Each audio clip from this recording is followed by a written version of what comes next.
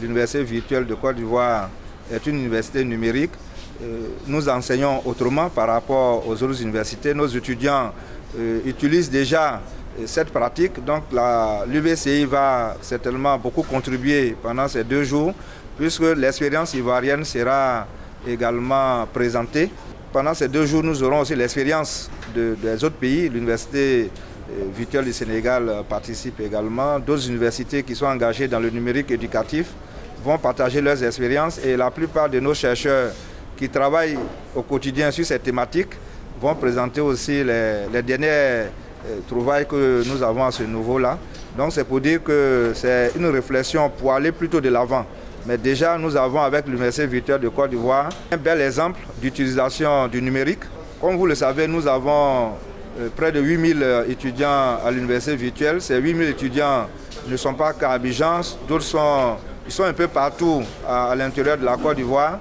Et c'est justement les réseaux sociaux qui nous permettent d'atteindre ce large public avec de la célérité et avec une qualité aussi de l'information que nous délivrons.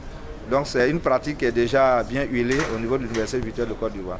La mise en œuvre du LMD ne peut pas se faire sans l'apport d'un certain nombre d'outils.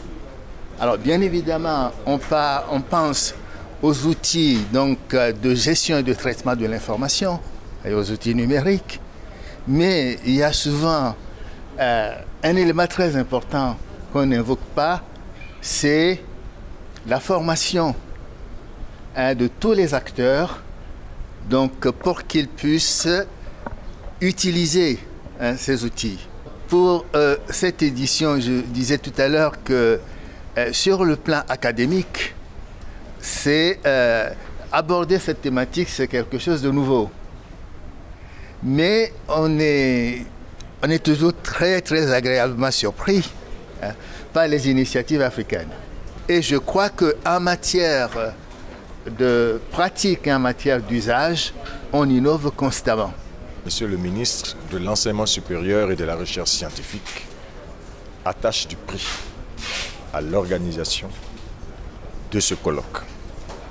Il s'agit des usages intelligents du numérique relativement à la pédagogie, relativement à l'enseignement, relativement à l'enseignement supérieur. L'avenir de nos universités se joue ici et maintenant. Parce que les pratiques dont nous allons parler, ce sont ces pratiques qui vont déterminer la qualité de l'enseignement supérieur dans notre pays. Nous sommes en plein dans la révolution numérique. Tout a changé. Les rapports ne sont plus les mêmes. Les enseignements ne sont plus les mêmes. Le rapport entre l'enseignant et l'enseigné ne peut plus être le même rapport que dans la logique traditionnelle. Comment utiliser tous ces outils que nos jeunes gens, que nos enfants utilisent, Internet, Facebook, WhatsApp, dont ils sont coutumiers, comment faire en sorte que ces instruments, ces outils qui font partie désormais de leur vie puissent leur permettre d'apprendre, de se réaliser et d'être de bons citoyens. Je crois que toute la problématique est là et il s'agit pour ces chercheurs et ces experts de donner à notre pays les pistes pour que nous puissions qualifier l'enseignement supérieur dans notre pays. Voici le message que le ministre apporte aujourd'hui de par cette présence.